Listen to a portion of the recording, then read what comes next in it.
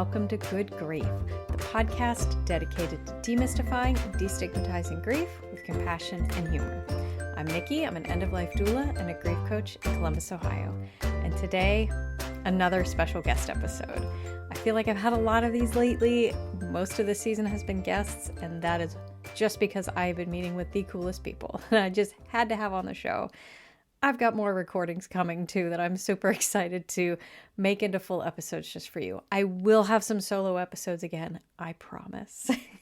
But I was so excited to reach out to this individual, and I reached out to her and she was so happy to be on my show. I tend to reach out to people that I find online or wherever that I think might have a great story. And I hear back from maybe 10% of them. And this one responded almost immediately. And she was so excited to come on to my podcast and talk all about what she does and her story. And I can't wait for you to hear this episode with Edy Nathan on sexual grief. So that said, there is some talk of, it's not all about sex. I promise this episode is not PG-13 rated. Although there are some references to sexual abuse, so if that is a trigger for you and you're uncomfortable with it, no offense if you want to skip this episode. I totally understand. It is just a couple brief mentions. It's not the topic of the whole podcast, and the whole thing isn't about sex. However, it is talked about a bit. So maybe this is one. I don't know how many people are listening to this podcast with children in the room, but maybe this is one you might want to have your headphones in. Okay. So that said, if you want to help support me, I would greatly appreciate it. You can go over to patreon.com/Nikki the Death Doula. For as little as $1 a month, you can be supporting me for a little bit more. You can get early access to this podcast. You can get affirmations in your mailbox.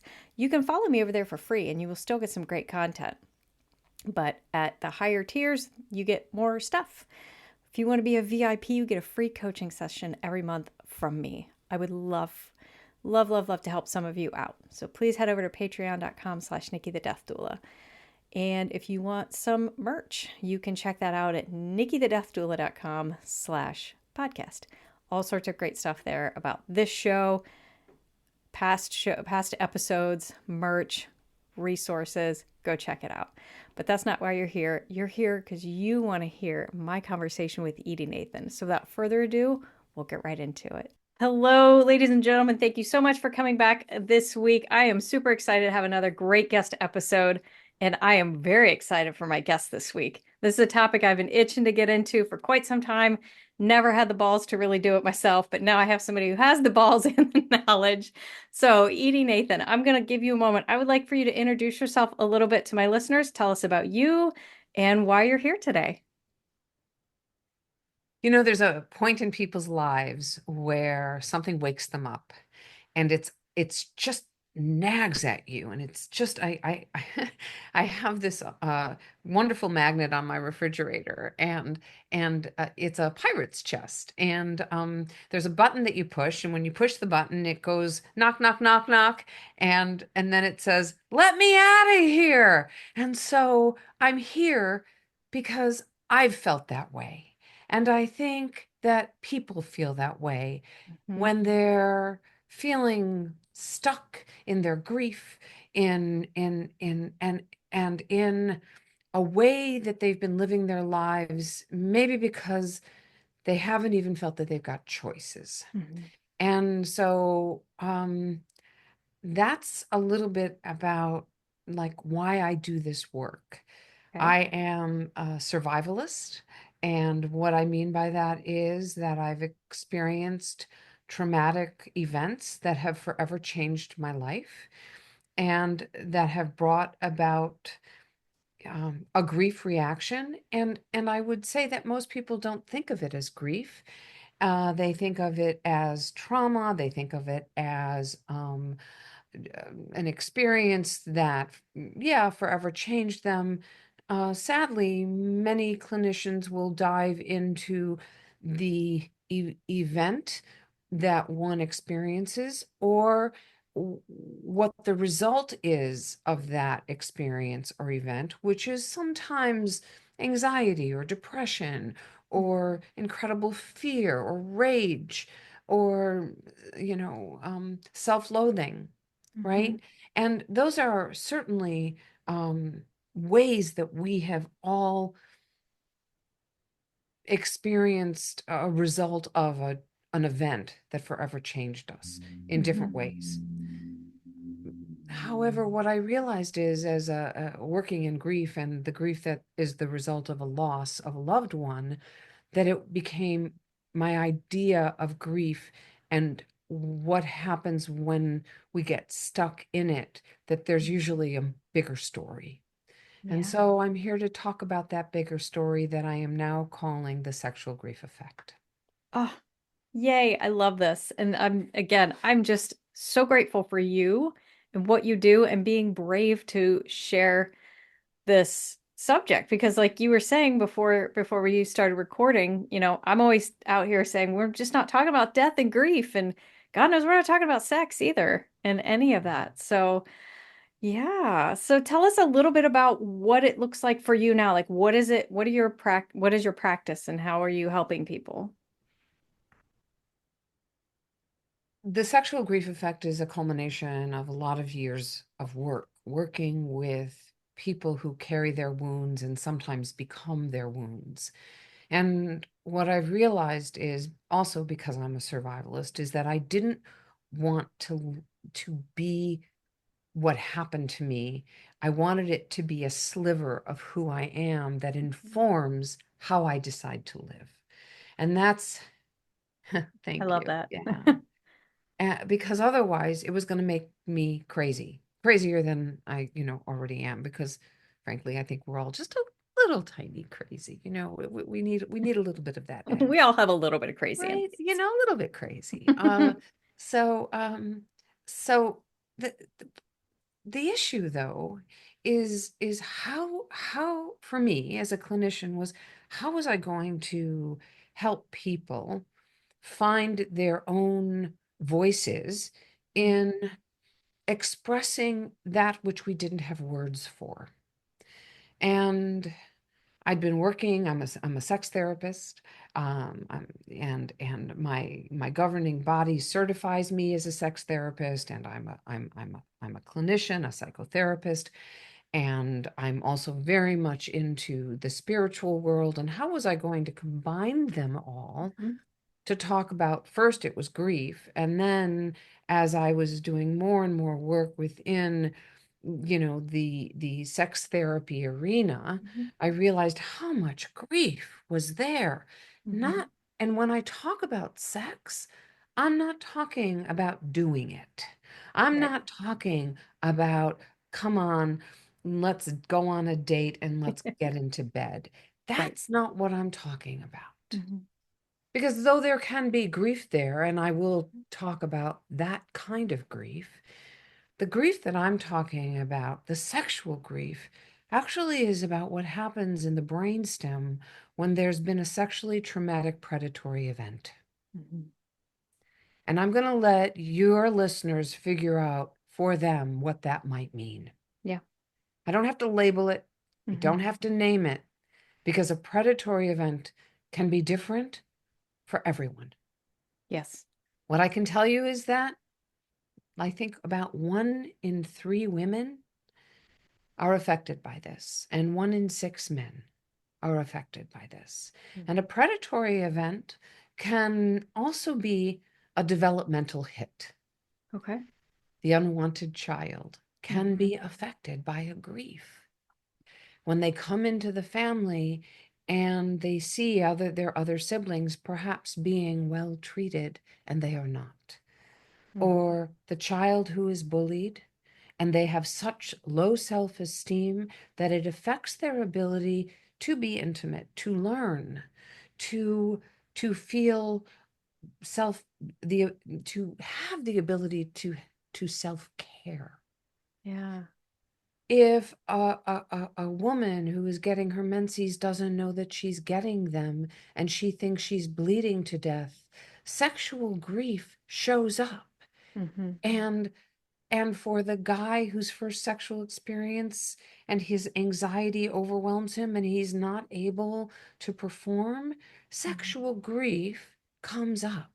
Yeah. So, and aging, women in menopause, men who are taking medication, I can just, the list goes on. So, Yeah. what is a predatory event? Yes. Do we get hurt by those events? Absolutely. Mhm. And the sexual grief is not only a result of that, but also these developmental hits. Yeah. And the way that I define sexual grief and the sexual grief effect is that it's a natural response to a sexually traumatic predatory event or a developmental hit. Mhm. Yeah. Yeah. And there's so much in there with so much in everything you just said that I wish we had like 4 hours we could unpack all of it, but we're limited on time. But first of all, I keep toying with the idea and I still have to come up with an outline. I've been wanting to do an episode on menopause and loss of sexual function. So I kind of was hoping to get a little bit of that into this episode with you as well, because I'm personally premenopause right now. I've been very Okay. open about that.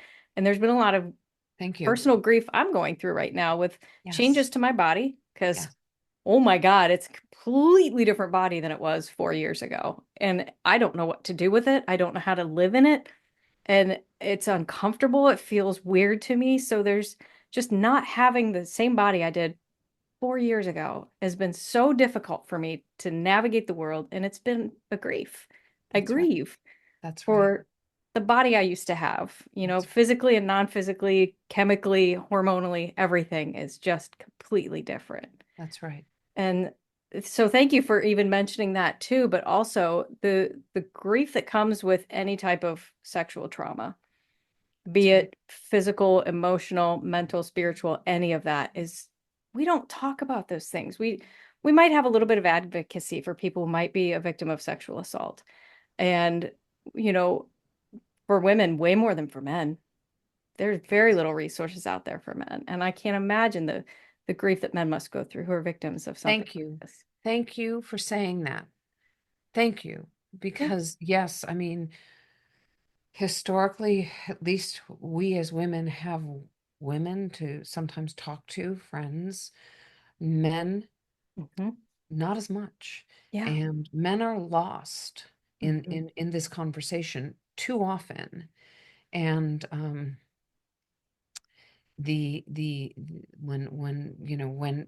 all of the information started to come out about the abuses that were suffered by the men under within the church and really Hmm.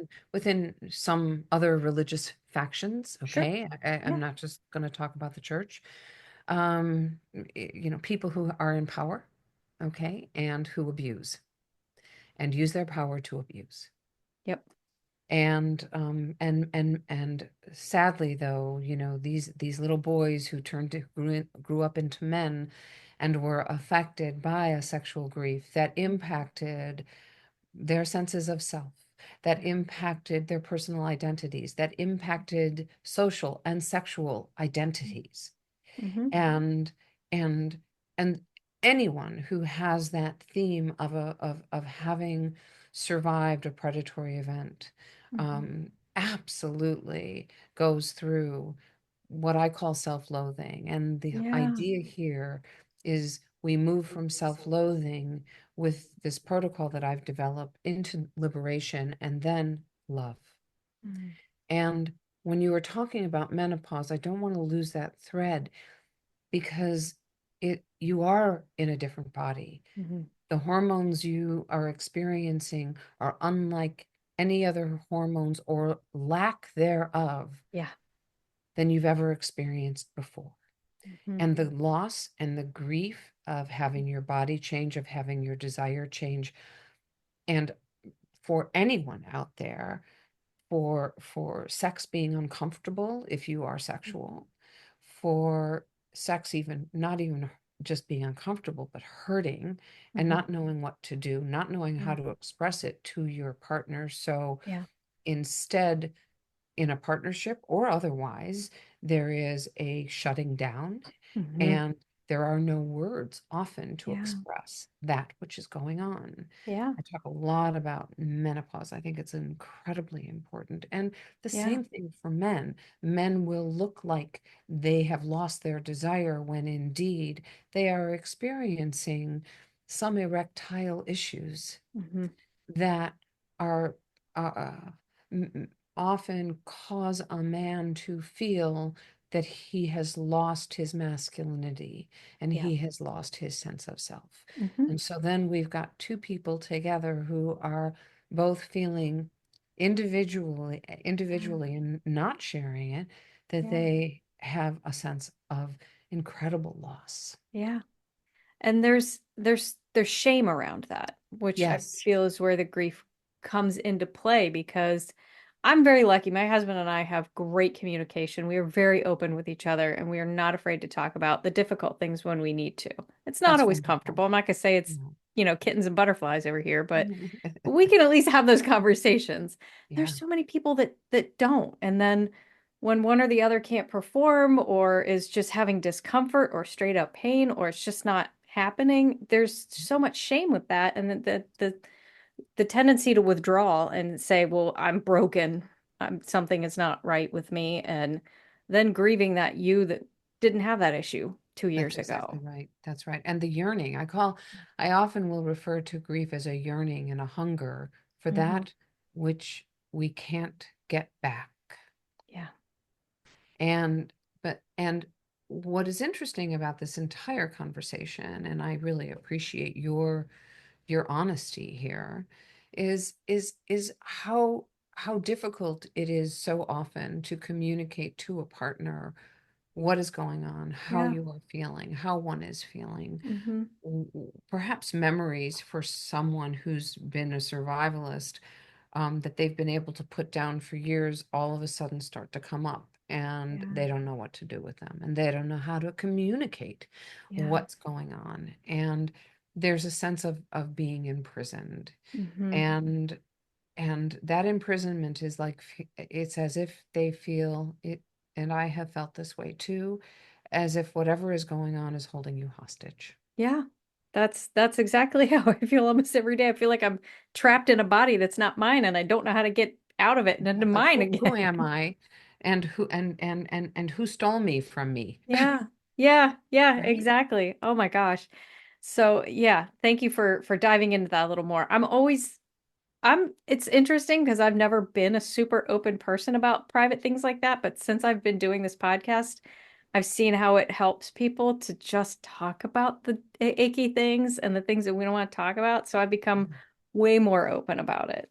Yeah, well, And I just, it's wonderful that you're doing that, Nikki, because it allows people Mhm. to be given the permission that they need.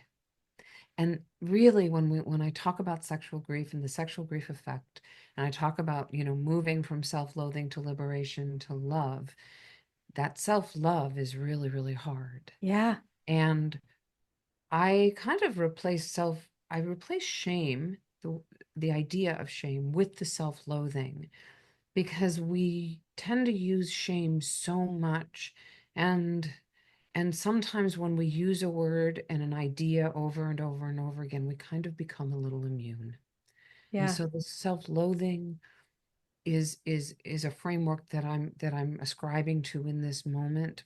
Hmm. And when someone feels the shame, it is about who they are. And Right. it's the same thing about loathing. It's about Yeah. who you are. Mm. And how do you break out of it? Yeah. Especially, you're going through a developmental process. Yeah. It's part of life. It's part of our development. We're Hmm. born, they cut the cord, and we go through life, and this is unavoidable, Yeah. right? It's not a choice, No. and it's not it's it feels like it's being done to Hmm. us, but it's nobody's fault. Yeah. Yeah. So there's what's different in the developmental piece sometimes is there's no one to kind of look at. And even if you wanted to blame, it's like, no, this is just part of it. This is just part of the aging Hmm. process, which Yeah. has its own, you know, certainly spectacular aspects Hmm. of grief. Right. And like, like I said at the beginning of this, we both agreed these are things we don't talk about. And like, I knew what menopause was. I remember watching sitcoms in the 80s of women in menopause, and it was all a big haha, Right. like, oh, I'm hot all of a sudden. Right. And my mom didn't talk to me about what she went through. She's like, oh, mine wasn't so bad, or, I didn't have this, had this. But she never really went into depth because those are conversations we don't typically have with our daughters, right? No. I wish No. we did. Yeah. I don't, no shame on her for not telling me. I don't know how comfortable I'd be telling my daughter what I'm going through right now if I had one, but we're not as open with our own family members. So we have to lean on our friends, maybe things we see in the media, which I always have like a small issue with that because when it comes to what I do as a death doula and working with people who are dying, they expect it to be like the movies because that's all we have because we don't talk about it. And it is so not like that. That's right. That's And right. menopause is not like those sitcoms in the 80s. It's not funny and it doesn't wrap up in 30 minutes. No. And it doesn't wrap up in 30 minutes with two With commercial the breaks. violin thing at You the know? end and a motivational speech and then a commercial for laundry That's detergent. right. It's not That's like right. that No, at it's not all. like that at all. Yeah. Not at So all. Not at all. I wanted to touch briefly on something you mentioned earlier about something that I always impress with my clients that I work with who are grieving is having it be a part of me and not all of me. I think you use Mm, a slice of me. yeah. And Yeah. that's the struggle I find people in with grief and helping them get to that point where it's not them, but it's a part of, because we all know if this anybody who's listened to this podcast for more than 2 episodes knows that we don't get over our grief. Grief is there forever. Thank But you. you're welcome. It's Thank you. there's so much of that out there, like, oh, you'll get over it. You You'll don't. get over it. And when are you Yeah, going to get over yeah. it? Well, there's a timeline. Huh, No, there's really? I didn't know that. yeah, no. There is no timeline. So if helping people get from that point where it's all of them to it just being the part of them that creates the new all of them, because you will be a new person after your grief. So talk to me a little bit about what that's like with taking something, even as big as a trauma or big T trauma or little T trauma, and shaping that into a part of you that doesn't necessarily have to be the whole you. Mhm. Grief is like your fingerprint. It's as Mhm. individual as you are. And no one is going to grieve, as you know, being the amazing death doula that you are. No one grieves or dies in the same way. They do it their way. Mhm. And knowing that,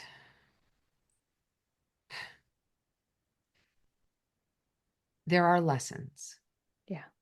right? Grief teaches us a lot. And I like to say that grief is one of our greatest teachers if we allow it to be. And part of perhaps the slice is where it gets to teach us, because Mm. it can either inform our development or it can make us refute it and keep us just mired in quicksand. And Ooh. it just keeps keeping us down. Mhm. I like that. I've used the quicksand metaphor before because if you keep fighting grief, it's just going to suck you down even further. But if you That's just right. relax and learn to float to the top, you can work yourself out of that. Your grief will still be there, but you won't be That's right. sucked down into That's it. right. When I was 27, I lost my partner, and we were together for 2 years. And the first year, he was a traveling actor. I was in New York, and he was in Texas. And the second year, he was dying. Oh my gosh. And and at 27, not in a million years did I think I was going to be grieving the loss of this man who had taught me about love. And never in a million years did I think that I was going to change careers as a result of that.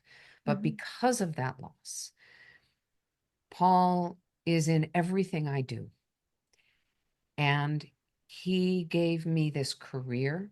he gave me my entree into I've got to change the way people talk about it, Mhm. and I want to teach it as I learn it. Yeah. And so he is part of my journey. One of the things I kept from him was his Timex watch, Oh, and it still whines and it still oh, clicks and it I love goes tick that. tock, tick tock, and I carry it wherever I go. And I say that because I could tell that story and you could not smile, or I could tell that story and you could say, wow, Hmm. like Paul informed Edy's next steps. Hmm. And would I want him back? Yes. And yet I pay what I lost for. And that's my slice. Yeah. Oh, I love that. And thank you so much for sharing that with me. I I love to find those stories, and I have one as well. My brother died 10 years ago now, unexpectedly, and his death informed a lot of the grief work I do now. And I don't, would I still be where I am right now if he were still alive? I don't know the answer to that. I may have still found Mhm. my way to this place, but Right. I don't know the answer to that. But everything I learned in my process after he died has helped me to help others. It's helped Yes. me start this podcast. Like it's half the reason I started this Mhm. podcast was, oh my God, nobody talks about grief. And then when you're faced with it, you don't know what to do. I can't tell you how many times I sat back and said, I must be crazy. Yeah. Nobody's ever felt what I'm feeling right now. I'm crazy. That's right. That's Everybody right. has felt what I have felt at some point. Maybe not everybody, but Yeah. everybody's had a loss has felt That's something. Yeah, I call them the big G's and the little G's, and I talk about them in my book, It's Grief. Mhm. And the reason that I titled my book It's Grief and the subtitle The Dance of Self-Discovery Through Trauma and Loss is because it is about learning the self. Mhm. And what grief does is, if you allow it, it can be the teacher that says, okay, so who am I and how am I going to learn about this new self in my grief? And how can I be my best self ultimately Mhm. while I walk with the grief? Oh, I love that. I love that. How can I be my best self while I walk? Oh, that's a good one. I love Thank that you. quote. Thank you. Thank you. Yeah, Yeah, because you do walk with it. It's there with you for the rest of that's your right. life. No That's matter right. how, whatever time you have left, it's still there with you. It's still there with you. And Yeah. grief is kind of like anxiety. So, with anxiety, if anybody's ever had anxiety who is listening, or you, I certainly have had my Oh, I have. Oh, yeah. share of anxiety, big anxiety, anxiety that didn't allow me to walk outside my front door. Mm. And I just kept trying to push it away and push it away and push it away. And you know what happened when I tried to push it away? It got bigger Hmm. and bigger and bigger until it was like I had a 1,000-pound gorilla that I was dragging around with me called anxiety because I Hmm. didn't step into it. Yeah. And when I stepped into it, when I started to acknowledge it and say, okay, I know you're here, I'm going to start to listen. Yeah. You know what happened? It started to get smaller and smaller. Hmm. And I started to be curious and I started to have some empathy for myself that that's what I was going through. Yeah. And then I developed a rapport with the anxiety. Everything that I just laid out is part of my liberation protocol. Mm. And they are actually kind of taken from the strategies used for hostage negotiation. Interesting. Ooh. Yeah, Okay. I can see that. Yeah, our mm, grief does hold us hostage. that's exactly right. And so does Got it. sexual grief. Yeah. And so this liberation protocol is, my own version of the strategies that are used and were created by Chris Voss, who's a magician when it comes to hostage negotiations, and realizing my clients and the people I speak to around the world are held hostage by their experiences and the events that we've been talking about today, whether it's menopause, whether it's a predatory sexually Mhm. traumatic event, Mhm. whether it's grief from the loss of a loved one, we are held hostage for a minute, for a day, for an hour, for Mhm. our lives. And Yeah. how do we break out? Oh, oh my gosh. Thank you. I've never thought of framing it that way. That is, ooh, that's gonna sit with me today. Oh, Oh, yeah, I'm gonna have to journal about that thank you. later. 'Cause I love that. Yeah, thank you. So I'm curious, you've suffered losses, obviously, and you've been teaching all about this. You've written your book. Why sexual grief? Mhm. It started, it actually started with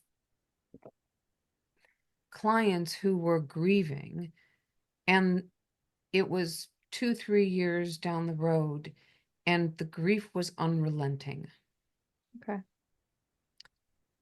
I don't expect, as you know, we've talked about this already, something, the grief to be over. But I Right. do have a belief that there's a point where we negotiate with the grief, and the grief is part of us, but it's not overtaking us to such a point that we're still not getting out of bed.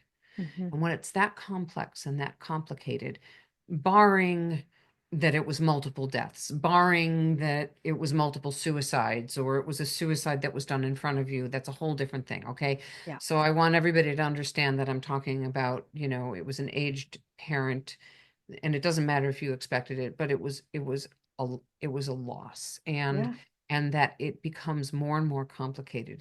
And of course, it can take a while for someone to open up about an abuse or about a Right. predatory event or about being neglected. Hmm. Okay. It can take a lot of time and trust. Hmm. But eventually stories began to come out, and it was consistent that the people who were dealing with their intractable grief that was not letting up at all had a secret. And the secret usually was around something developmental or predatory that had happened. And that's where it Mhm. began. Wow. Oh, that's so fascinating. Ooh, now I kind of want to dig into my own past here. No, wow. Well, and thank you for what you do. That it's so important to uncover those things. And there's, gosh, grief and trauma and all of that and development, like it's all just kind of meshed together. It is. It's all together. It's all And together. Yeah. yeah, we tend to Yeah. treat them all very separately too. And I again, part of the beginning of my journey into what I do is I didn't realize I had unresolved grief. Mm, And I thought I was having a nervous breakdown or some type of mental health crisis. And by about my third or fourth counselor I went to, somebody finally said, I think you're grieving. mhm. And we started talking about it. I was like, oh my God, I am. Yeah. I Yeah. had no idea once I realized that's what it was, I could treat it as such That's and, right. learn to adapt to my new life. And it was just eye-opening to me because I was thinking about this one thing I was dealing with. I had no idea that this was part of it because they're all Mhm, meshed together. Oh, mhm, mhm, thank you. mhm. And thank you for sharing that. I noticed that as you were talking, even the color of your face changed, and you got a little rosy there. Hmm. And the fact that that emotion, those emotions come up, Hmm. are really heartwarming, because it shows that we can always grow, and we can always Yeah. be illuminated, and we can sometimes really be surprised by what's going on. And Yeah. my lens, I start with grief. And Hmm. usually I don't even want to know someone's story. My arc is, what are you yearning for, or what are you hungry for? Yeah. Because what are you yearning for is really asking, what are you grieving? But if I say, what are you grieving to someone, they're like, well, what do you mean? No one died. But if I say, well, what are you yearning for? Yeah. What's missing? Hmm. That's a different question, even though in my mind, I'm really asking about grief. Yeah. Yeah, that's another part of me getting here was learning the term disenfranchised grief changed everything for me Mhm. because I had a falling out with a very, very dear friend I would consider practically a sibling to me. And that person was no longer in my life for a lot of different reasons. And it never occurred to me that I was grieving that relationship because we weren't dating. It wasn't a romantic or sexual relationship. It was just a friendship. But oh my gosh, it never occurred to me to grieve that. Yeah. And when Yeah. I heard the term disenfranchised grief, I was like, oh, and then all all these other things like, and this I know, and this, and oh, all the things I realized I was grieving that I didn't know I was grieving. Yeah. Yeah. And so it's kind of a great little exercise to create a mind map and put grief in the middle of that mind map and Hmm. offshoots. And from those offshoots, where might grief exist? Okay, so loss of loved ones, that's one offshoot. Hmm. But what are the other losses? And they can be minute. Yeah. They can be, I mean, tiny, tiny. Okay. Mhm. Loss of a relationship, a divorce, and not getting that job, loss of a Yeah. home. Yeah. Those are absolute losses. Hmm. Stress can create a lot of grief. Our Yeah. frontline workers, social workers and nurses and doctors are dealing with grief Yes. all of the time. Hmm. And it might be because they weren't able to help the patient they wanted to be able Yeah. to help. Mhm.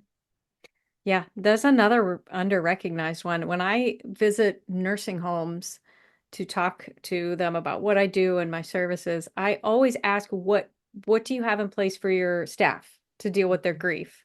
And every time I ask that, I get blank stares. Like, are Yeah, you supporting your staff with their grief? And yeah, no one does no, because they no, just assume it's a job, but it's not. You know, no, that's right. Like I was in the same corporate job for 16 years before I quit to do this, and I miss my coworkers. They became like a family, right? And if Sure. you're working with the elderly or people at end of life, they are going to die and they're not going to be in your life anymore. And even though it was at your job, that doesn't mean you didn't have a connection to them. That's exactly right. That's So exactly right. And we are talking about disenfranchised grief. And I don't know if, in terms of your listening audience, if they know what it is, if you've spoken about it here on your program. I have, but we can always talk about it again. Okay. So I believe it was Ken Doka who created the term Mhm. disenfranchised grief. And it was the brilliant, brilliant, because what he did is he opened up a world for people to understand that there may be grief is all around, but sometimes there are not socially acceptable modalities where people think grief would exist. Like, Hmm. what you mean, you lost your pet, so you're grieving, really? Or the job loss, or a surgery, or the loss of a limb, or the loss of taste buds, you know, menopause, having to go on medication, realizing that you're a diabetic. Yeah. These are all arenas Hmm. where there's disenfranchised grief. Yeah. Yeah, and that's you mentioned the medication one. My husband recently, in the past year or so, found out he has very high blood pressure and he'd start taking medication for that. And he's still upset. He's like, I don't want to have to be beholden to a pill to keep myself alive. Yeah, And he was obviously has some grief around like he can't just live without pills anymore, you that's know? right. It seems so Yeah, little, but for him it's big, that's right. For him, it's big. For you him, know? it's big. And For believe it or anybody. not, we can there there are people who um, might get a bad haircut, and that actually might result in a grief because Uh-huh. the way they see themselves Hmm. is not doesn't reflect. And so when I talk about small little stuff, Oh yeah. if it can be even something Yeah. like that. Yeah. I always tell people I end every episode with your grief is yours, your feelings are valid, and grief doesn't always have to suck. But your grief is yours. And whether it's a bad haircut, that's okay. You Yeah, grieve it. that's Grieve right. it. That's right. That's right. Screw what other people Absolutely. think. Yeah. I'm right there with you. Yeah, I Yeah. love it. All right, so I have a little tradition on my show where when I get towards the end of the episode, I pull a random card out of the death deck and I will read it and you will answer it and then fair's fair, I will answer it too. So I don't know Okay. if you've ever seen the death deck before, but obviously a very large deck of cards with conversation starter style questions around death and dying. So, Okay. Wonderful. um, okay. Ooh, I actually just had this conversation with somebody the other day. So, timing wise, what would be the best way to die? A, instantly without warning or pain. B, with 3 months of a diagnosis, uncomfortable but able to do the last few things. Or C, after a year of terminal illness, in pain, but time for my family and me to prepare. Whoa. I know, it's a big one. And you can make up your own answer too. I don't think I'd want a year hmm because that would feel just way too long. And watching people wait hmm would feel hard. Yeah, 3 months doesn't feel long enough. no. So I might want 6 months. Yeah, And I definitely wouldn't want it to be like a car accident, right. just because I know what it's like to be on the other side of that hmm as Yep. as a member of a family that has experienced something Yeah. like that. So I give a revised answer because you've given Okay. me permission to do Yeah, so. And, absolutely. give me 6 months so Okay. that I can maybe be in pain the last two, but I'm also not watching people wait. And I get 4 months to write letters and Mhm. leave little gifts Yeah. and make sure that my loved ones are taken care of. Yeah. And my answer, like I said, I just had this conversation with a group of people yesterday because somebody in my life was recently told 3 to 6 months left in their life. Mm, And we were discussing, like, how would you feel about that if that were you in that situation? And, um, you said something that is similar to how I feel too. Personally, I would kind of prefer to go instantly and not know it's happening and just have it be done. But mhm. I would never want that for my family or the people around me because, again, I too have been on the other end of that, of seeing somebody die unexpectedly, and it's traumatic. Yeah. I would love for everybody, all of us, to just have that opportunity to say goodbye, wrap up all the things, and I think somewhere 3 to 6 months would be plenty for me. So So you're I've in line. yeah, I've my paperwork's done, all my stuff's together, and I'm one of the since I've been doing what I do, I've been learning to either let things go or bury hatchets where I can so I don't have those grudges that are just stuck in me that I'm gonna have to worry about. Right. I would love to get one last good like world trip in or something, go Hmm. see Hmm. Europe or do a Hmm. little travel before I get too sick to do it. So yeah, That's it. I'm right there with you. that's how I would answer. Awesome. Edie, this has been Awesome. amazing, but I want you to take some time here. Tell my listeners where they can find you. Tell us about your book and all the things. Absolutely. So you can find me on my website, which is edynathan.com. And I'm a blogger for Psychology Today. So you can absolutely just put in my name, Psychology Today, and you can see, I don't know, I've got 3 or 4 years of blogs there. And a Substack, which is just Edy Nathan Substack. And if you when go to my website and you put in your email, you'll get a free gift. And I think you might even have a choice of a couple of gifts, a chapter from the book. And the book right now is It's Grief, the Dance of Self-Discovery Through Trauma and Loss.